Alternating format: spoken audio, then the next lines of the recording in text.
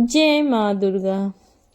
माँ चंद्रघंटा का स्वरूप अद्भुत और तेजस्वी है। उनका वर्ण स्वर्ण के समान चमकदार है। वे 10 भुजाओं वाली हैं और प्रत्येक हाथ में अलग अलग अस्त्र शस्त्र धारण किए रहती हैं। उनके हाथ में कमल, धनुष बाण, तलवार, त्रिशूल, गदा आदि शस्त्र होते हैं। उनका वाहन सिंह है जो साहस और शक्ति का प्रतीक है। उनके मस्तक पर स्थित अर्धचंद्र एक घंटी के आकार का प्रतीक होता है जिसे निरंतर एक दिव्य ध्वनि निकलती रहती है। माँ चंद्रघंटा का यह रूप जहाँ एक ओर भक्तों को शांति और सुख प्रदान करता है, वहीं दूसरी ओर यह दुष्टों के लिए अत्यंत भयानक और विनाशकारी सिद्ध होता है। आइए हम माँ चंद्रघंटा की कथा का प्रारंभ करते हैं। माँ चंद्रघंटा का यह स्वरूप वास्तव में देवी पार्वती का ही एक रूप है। कथा के अनुसार जब देवी पार्वती ने भगवान शिव को पति के रूप में प्राप्त करने के लिए कठोर तपस्या की, तब अंततः उनकी तपस्या सफल हुई और भगवान शिव उनके विवाह के लिए तैयार हुए। भगवान शिव का स्वरूप अत्यंत विचित्र और भयावह था। उनके शरीर पर भस्म लगी रहती थी, गले में सर्पों की माला थी, जटाओं में गंगा विराजमान थी और वे भूत प्रेतों से घिरे रहते थे। जब भगवान शिव अपनी बारात लेकर हिमालय राजा के घर पहुंचे तो उनका रूप देखकर वहां उपस्थित सभी लोग भयभीत हो उठे।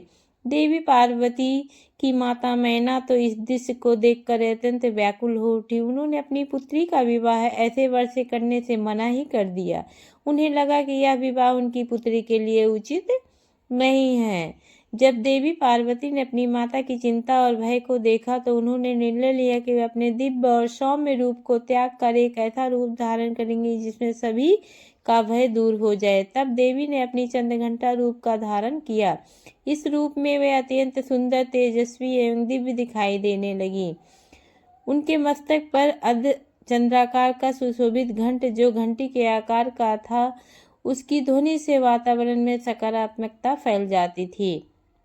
उनके इस दिव्य रूप को देखकर सभी का भय समाप्त हो गया।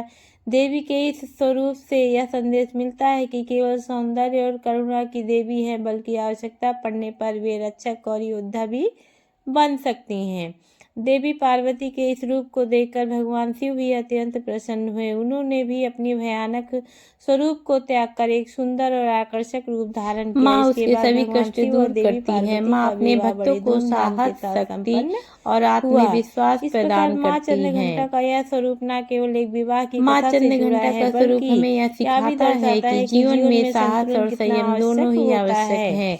उनकी घंटी की ध्वनि नकारात्मकता की शक्तियों को दूर करती है और हमें आंतरिक शांति और शक्ति प्रदान करती है। यह रूप हमें यह भी सिखाता है कि जब भी जीवन में कठिनाइयाँ आए, हमें उनका सामना साहस और विश्वास के साथ करना खबर आने लगी। चाहिए। सभी देवता मिलकर माँ चंद्रघंटा की कथा से हमें संदेश देती हैं कि वे अपने भक्तों की रक्षा करती हैं और हमें जीवन में सफलता का मार्ग दिखाती है।